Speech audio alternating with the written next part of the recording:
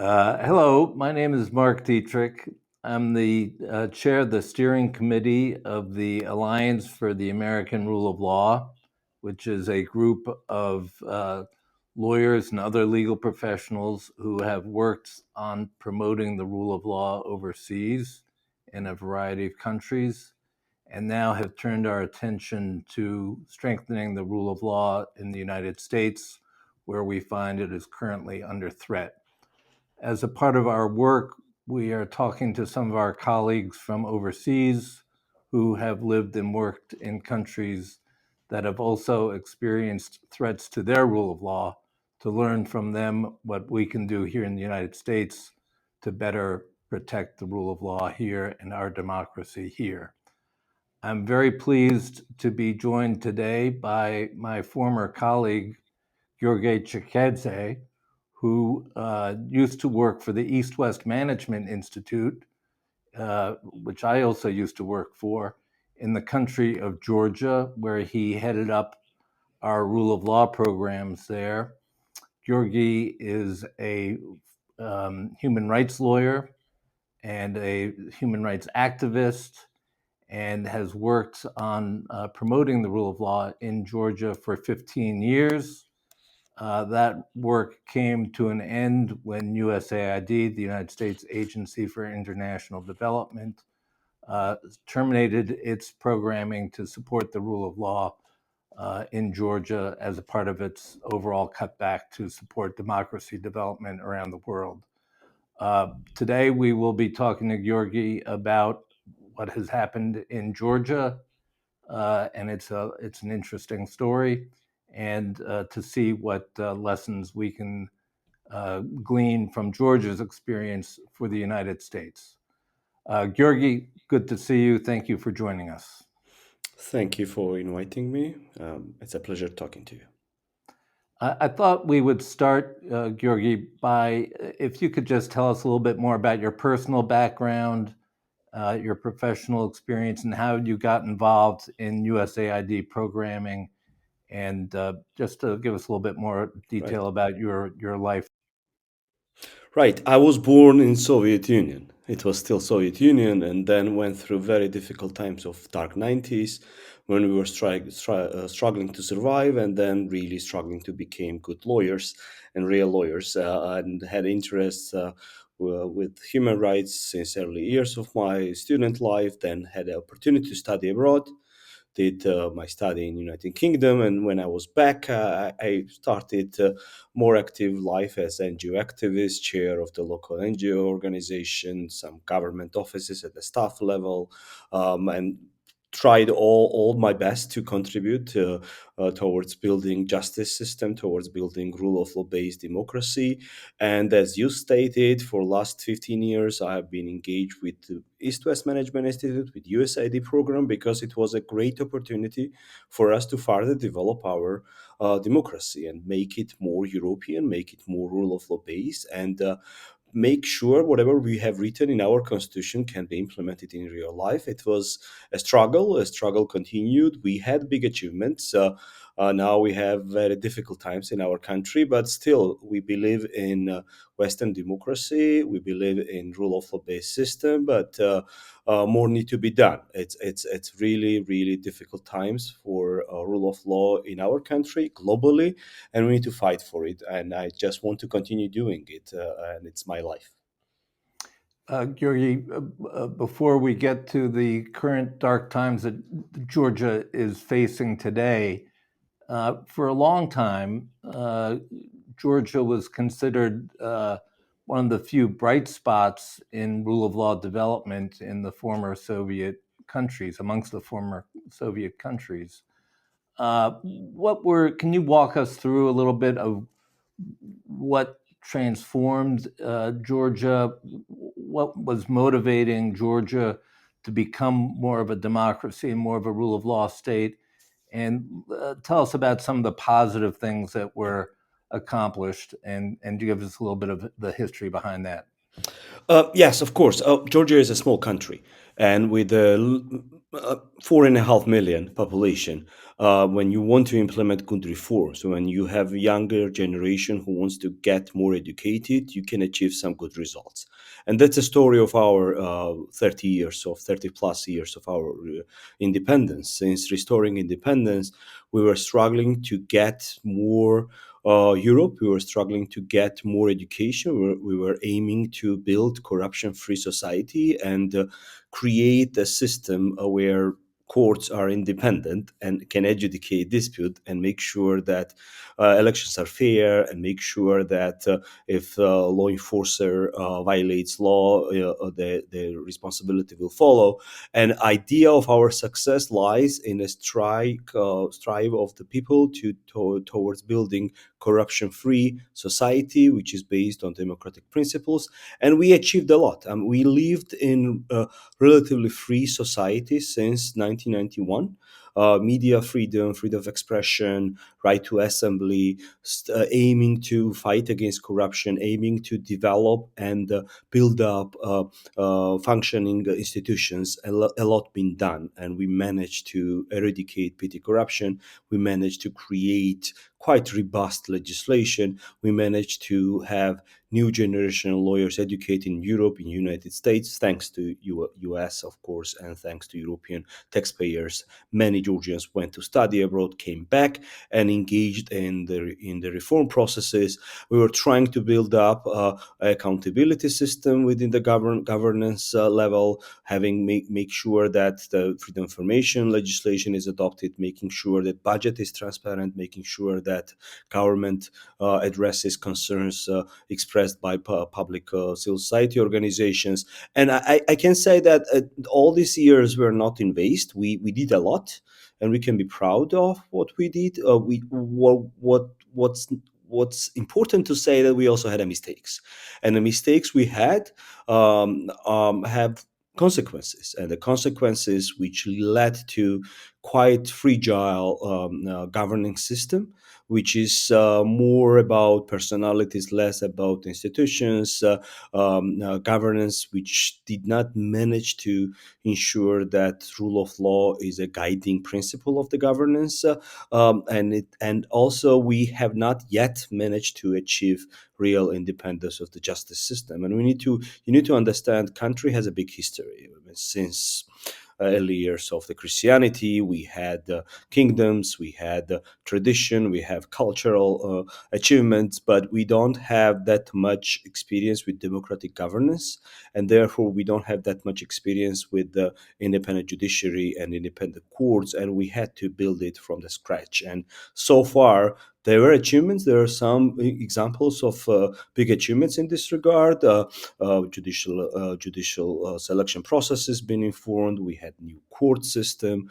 We had new infrastructure. But making sure that they're independent, making sure that they are perceived to be independent arbiters, we are not there yet, and that's something what is more. It requires more work ahead of us. I can attest to the positive advancements in Georgia. When I first went to Georgia in, I think it was 1997, you could not drive down the street in a taxi without being pulled over by the traffic police for a petty bribe. And not too many years later, that all changed, and I think that was a significant change in the way people's lives were lived in the country of Georgia. Indeed, for us, a guiding element is to make sure that public service is free of corruption and can deliver efficient and quick work and assistance to citizens. And in many directions, it worked. We can get our IDs without corruption, our passports, almost in a day.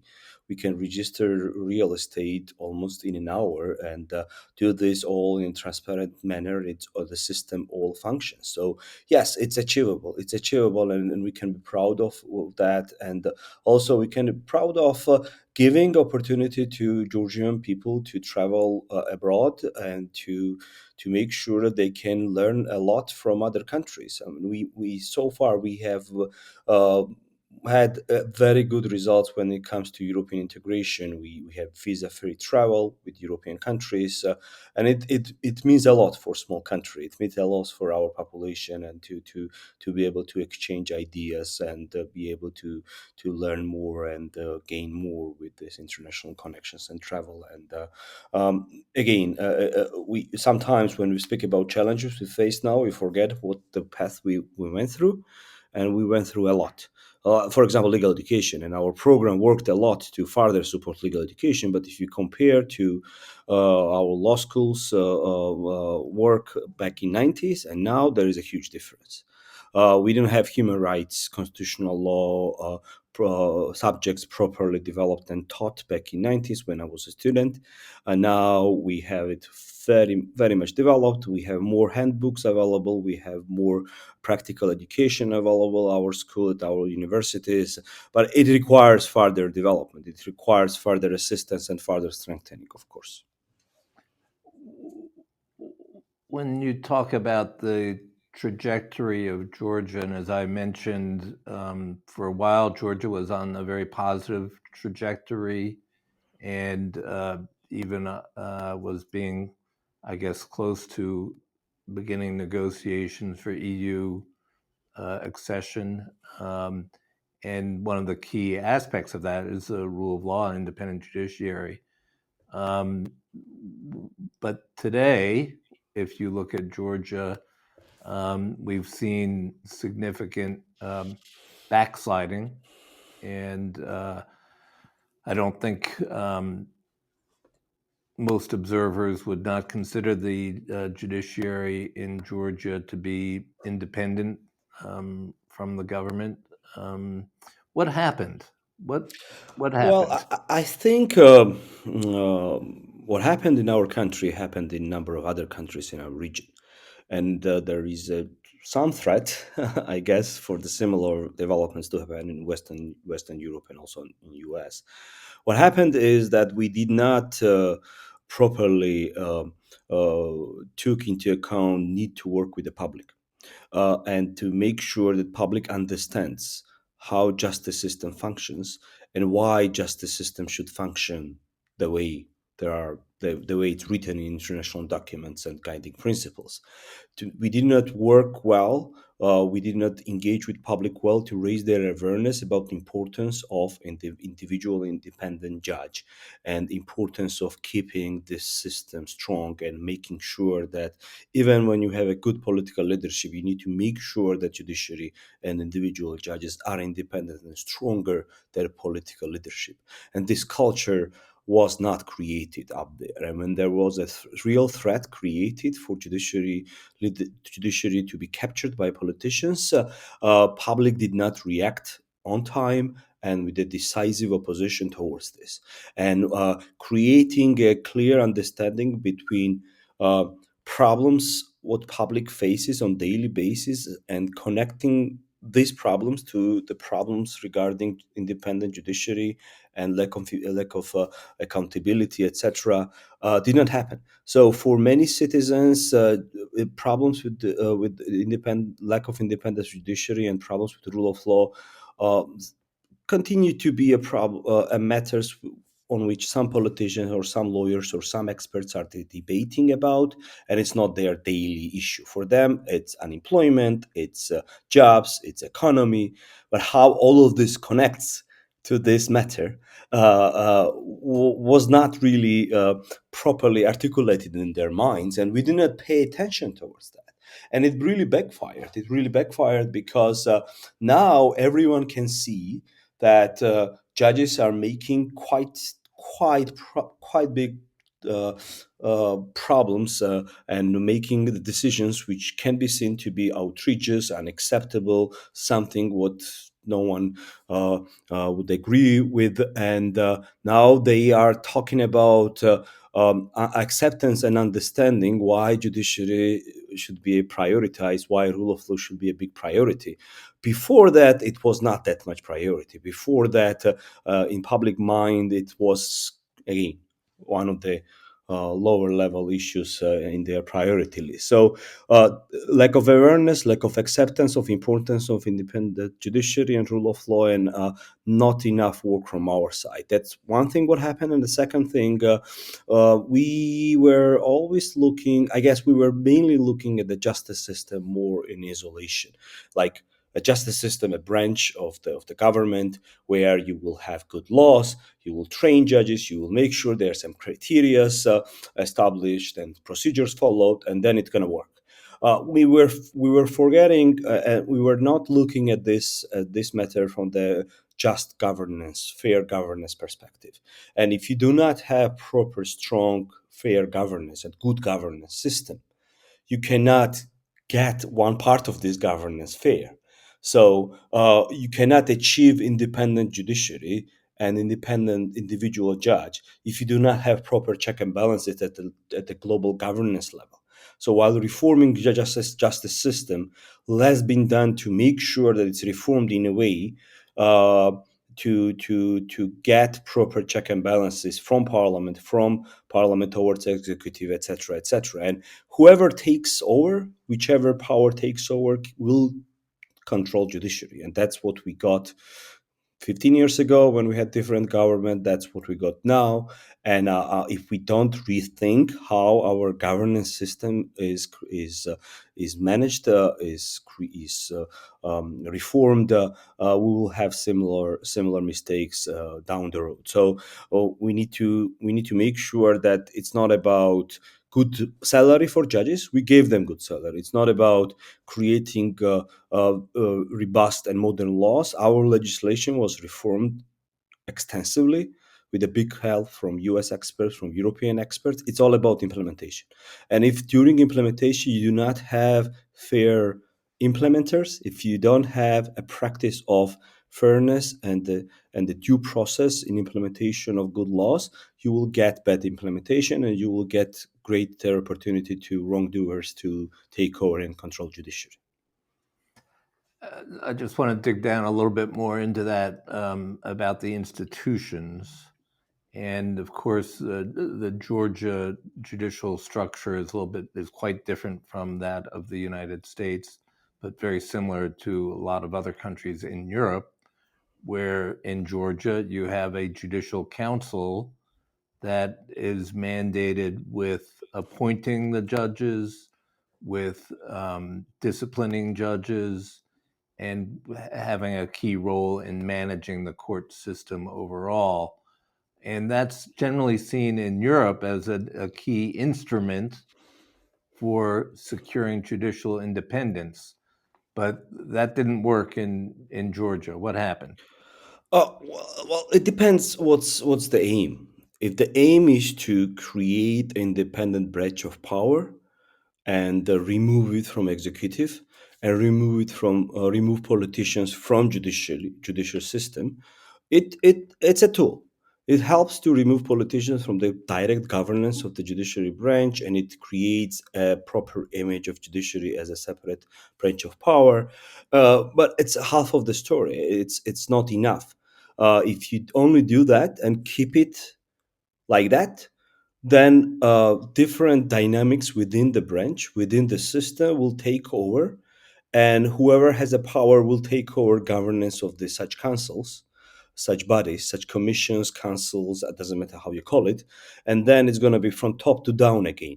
And we need to understand that for many countries which are just now developing their culture of democratic governance and independent judiciary, if you create strong top level without strengthening low level, if you don't strengthening first level and the initial level, you will not have fair governance, and you will have leadership which takes all the power and the controls individual level, and then you get problem of not having individual independent judges.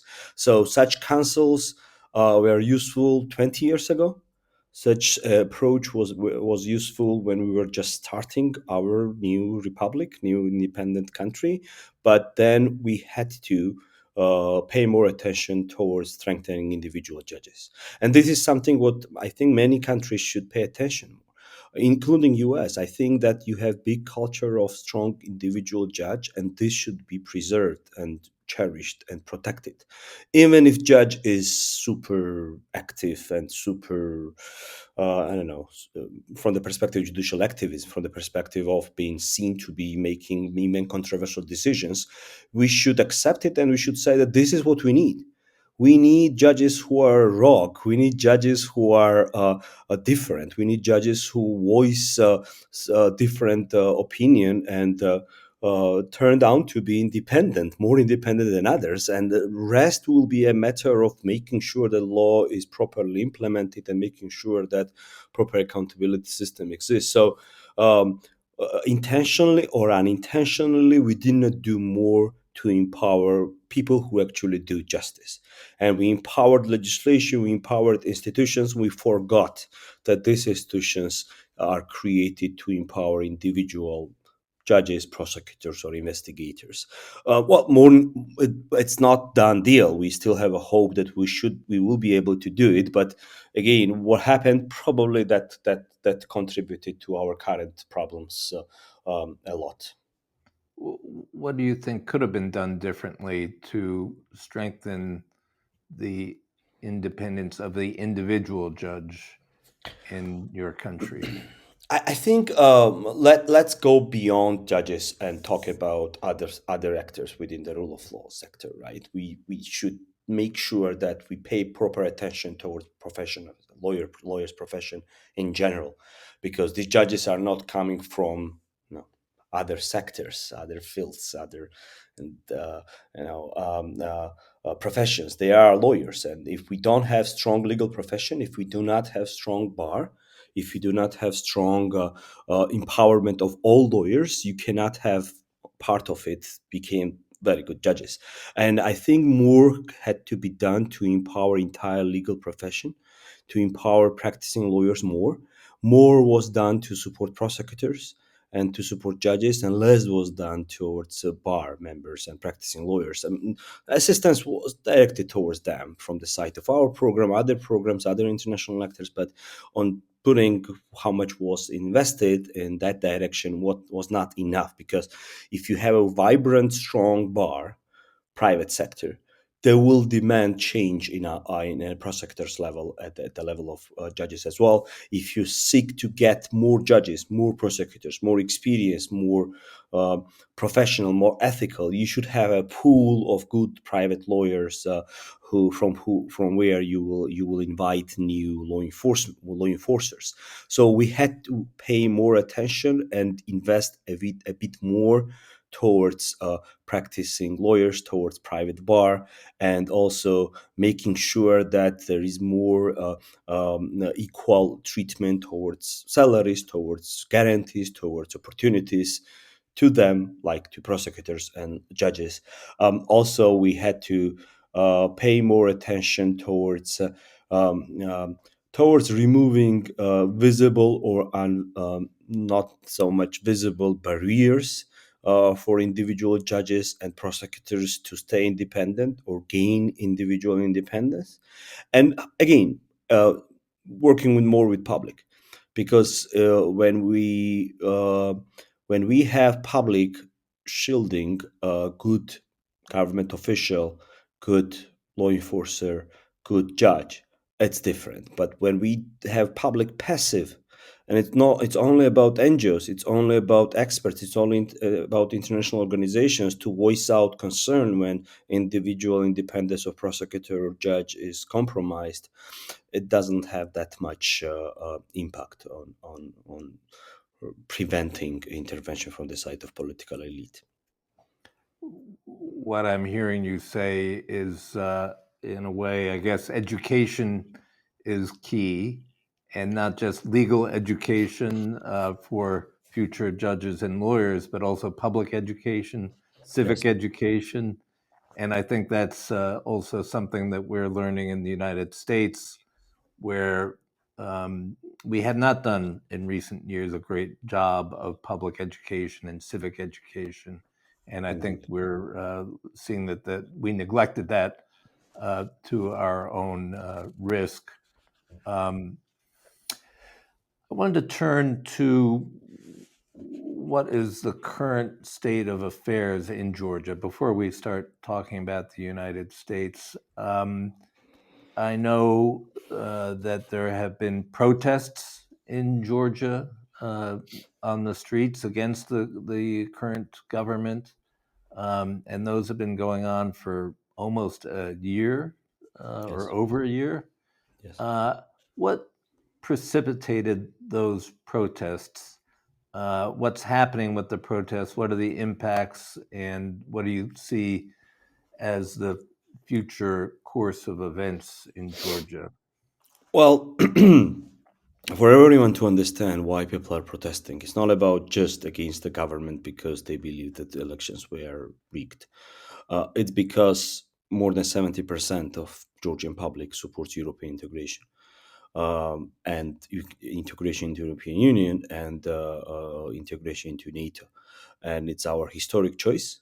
It's a historic choice which was made back in the 19th century, and for beginning of 20th century we had First Republic. We want to be independent and aligned with Europe, and then we were occupied by Soviets, and it was occupation more than 70 years. We gained independence and we strike towards European integration, and it's written in our constitution. Our constitution says that all state agencies have to make sure that all their actions are aligned with our European integration. So it's a constitutional obligation, it's a choice of the people, and people are protesting actions and statements and inactions from this current political leadership vis-a-vis to European integration. On 28th of November, it will be 1 year since the current prime minister, made a statement that they are pausing our our opening accession talks with European Union because they believe that the European Union is using this as a political tool to push us to do something. I don't know, open up second war line with Russia, or implement some actions which not are in line with our national ideals, which is all, of course, it's a political speculation if you ask me. But in principle, people are protesting almost a year, and many are arrested. There are big number of people arrested through criminal law charges. A famous Georgian journalist is arrested and in prison, is considered to be a political prisoner for many international organizations, and there are many others, politicians and civil activists who are arrested and considered to be political prisoners because of the grounds for arrest, because of the procedure, because of the treatment, etc. The things got even worse when legislation was worsened, and almost every second month, new set of legislation adopted to further restrict freedom of expression and freedom of assembly, and also work of media. And again, for a country which lived in more or less quite free environment for last 30 years, it's a big existential crisis.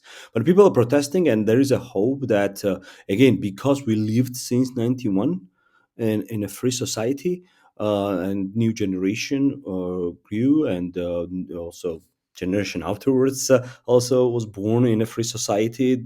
Individual Georgians, people live in Georgia, will not just accept to have a rule where freedom of expression is removed, and right to fair elections is cancelled, or our European integration aspirations are downgraded or removed. So this is a struggle of individual, of public, and it's a struggle also vis-a-vis to having justice system and the rule of law system either removed or further neutralized. And it's really difficult for many of us because we spend the entire our life so far building helping to build a rule of law system.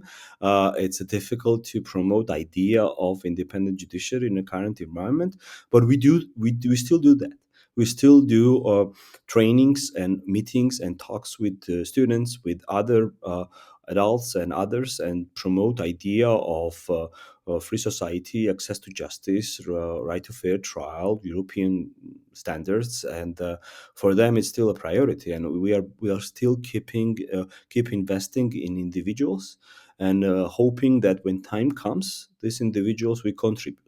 And doesn't matter whether there will be new public officials or new CSO activists, they will still contribute in good for our country and for our rule of law system.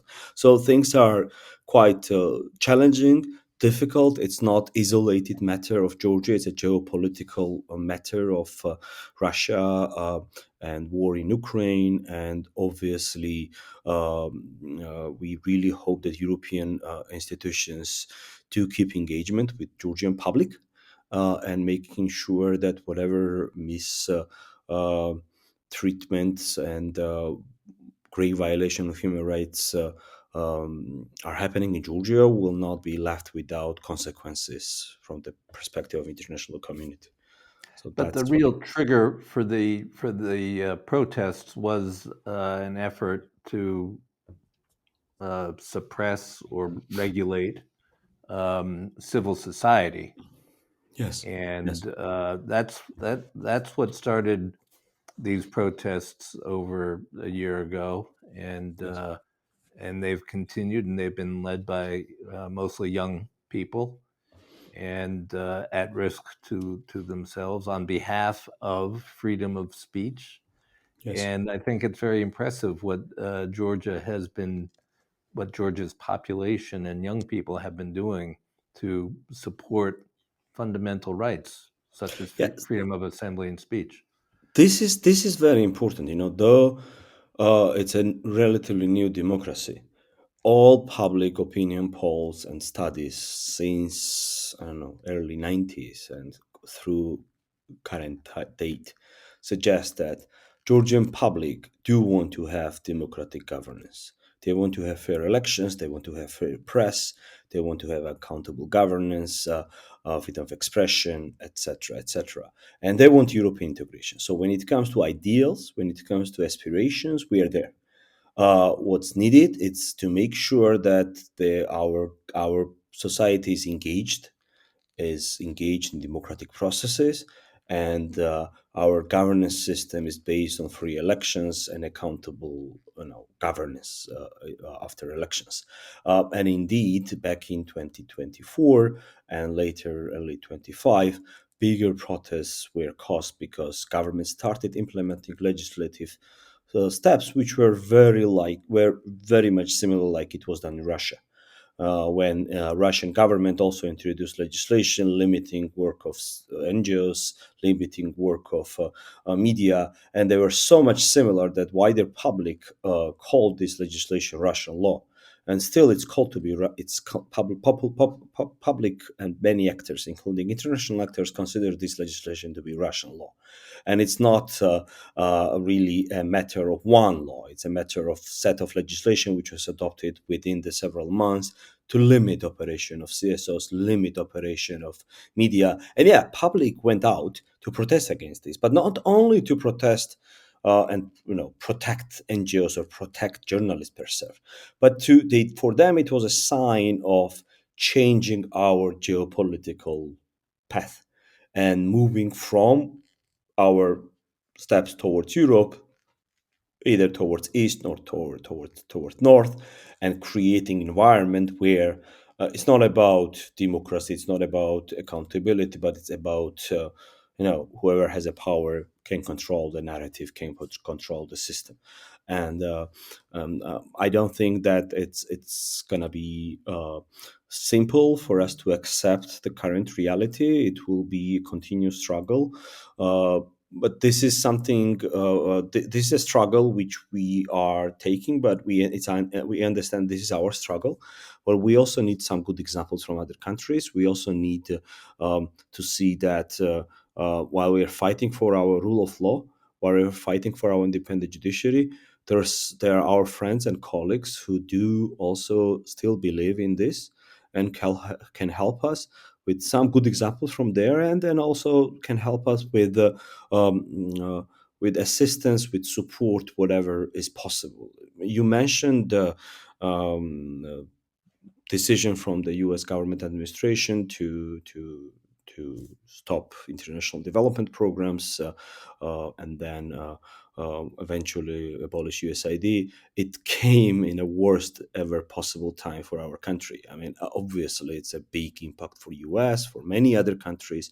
I mean, just reading how much this decision was impacted actually death of people, and how much it's impacted of children and other vulnerable groups. But let me talk from my perspective. We were in a big struggle against restriction of our basic freedoms, and we were trying our best to fight against this through democratic means, through supporting freedom of expression, through supporting right to fair trial. And then unexpectedly, we lost all the possible support from US government, support which we were receiving as a people for last 30 years. So it was a big shock for us. And but despite that, we still believe that international community, European countries, and US also should do more towards helping democracy and fight for freedom in other countries. It's particularly moving, I guess, when you look at the arc of Georgia's history. You came from totalitarianism under the Soviet Union. You fought for your freedom. You got your freedom. You're on the path to democratic development. Encountered some backsliding, and at the most difficult moment, U.S., which was the biggest promoter of democracy and rule of law overseas, with some great programming, if I may say, Yes. uh, um, pulled out, and it's been discouraging for all of us. Yes, indeed, indeed, and it's not only a matter of some specific program or specific development agenda. It's a matter of messages. It's a matter of supporting young generation to grow, to be educated in accordance to ideals of democracy and rule of law. And the US invested so much in educating Georgians, giving us opportunity to travel to US and study and learn a lot, and then come back to our country and contribute in our reforms. I really hope that this type of assistance will not be ceased, and there will be more opportunity for Georgians to create this connection to people from US. In the meantime, it is amazing that the Georgian people continue to struggle for liberty and their fundamental freedoms. Um, Turning to the United States, Mhm. uh, you've visited this country several times. You know what a big, complex country we have. Yes. But what lessons from the Georgian experience do you have to share for us and our viewers in the United States?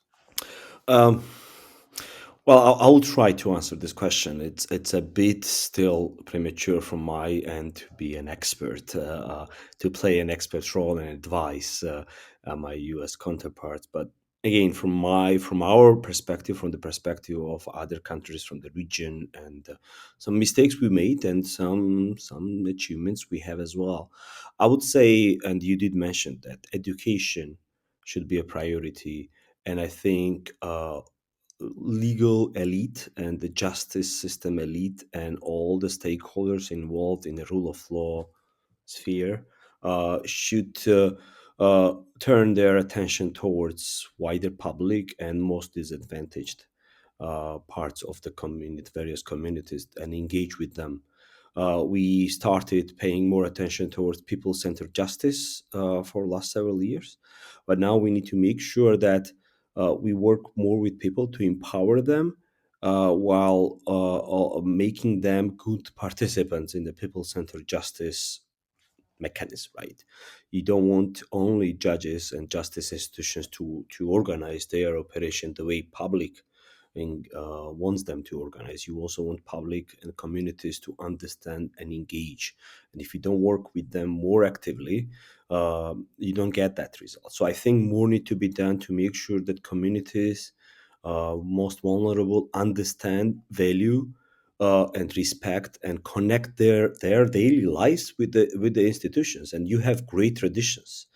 Your justice system deserves and does have big recognition globally, also in our country, and a lot is based on to more than 200 years of traditions. But if you engage with the local community, with the wider public, and you understand that the distance between them and the justice system is so high that they cannot connect themselves with this system, then it's not about public. Maybe you need to reform your system to make sure it aligns with the current public.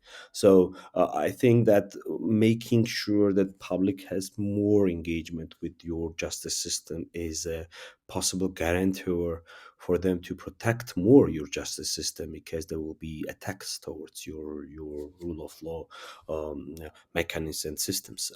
I think it's also important to make sure that U.S. public and legal community is ready to accept something unacceptable. It was something very difficult for us to accept that certain mechanisms which we developed for more than 20 years can be abolished overnight, but it's possible. And we saw that it's possible in the US system as well, when certain institutions, agencies, or mechanisms can be easily abolished. So if you are prepared as a legal community and you are ready for alternatives, you should be. It should be a way more easier to process possible interventions from the side of political leadership and oppose it. And also I think it's important for uh no major major reason why you need independent judiciary to be preserved: elections. In our case, we have elections, and every time recently we have when we have elections, no one hopes that in case of problems judiciary will play a role. No one hopes that in case of some irregularities, it's going to be judges who will make sure that we don't get rigged elections and dictatorship or other political takeover. We don't have that hope. You still have that hope. You still have judges and judiciary who can play a role in adjudicating election disputes. And I would definitely advise you to further empower it and to make sure that whatever judicial way of ensuring fair elections exists, it's further solidified and it's further guaranteed.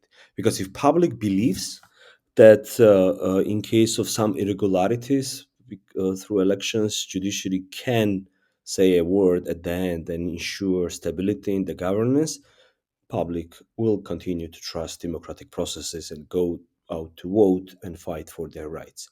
Well, so and I understand it's a complex country. It's a federal system. It's a different layers and levels of election administration, disputes, etc. But so far, what we see that there is still a hope that judicial system will ensure fairness of the process, and it should be preserved and protected. Rest will come, I believe. I think that's a great way to summarize where we stand, and great advice for us to be aware of the role of an independent judiciary in protecting our electoral systems. And we really need to make sure that our judges, who are under a lot of not just rhetorical attacks, but also death threats and etc., for controversial decisions that they are making, that they be protected, and that they have the moral support of the rest of our country to help them do the important work that they are doing. Indeed, indeed. Well, thank you, Georgi. This is really insightful, and wish you the best of luck, and Georgia the best of luck in continuing your struggle for democracy, the rule of law, and fundamental rights. And you know that the United States people support you as well. Thank you, and good luck to all of us. Thank you.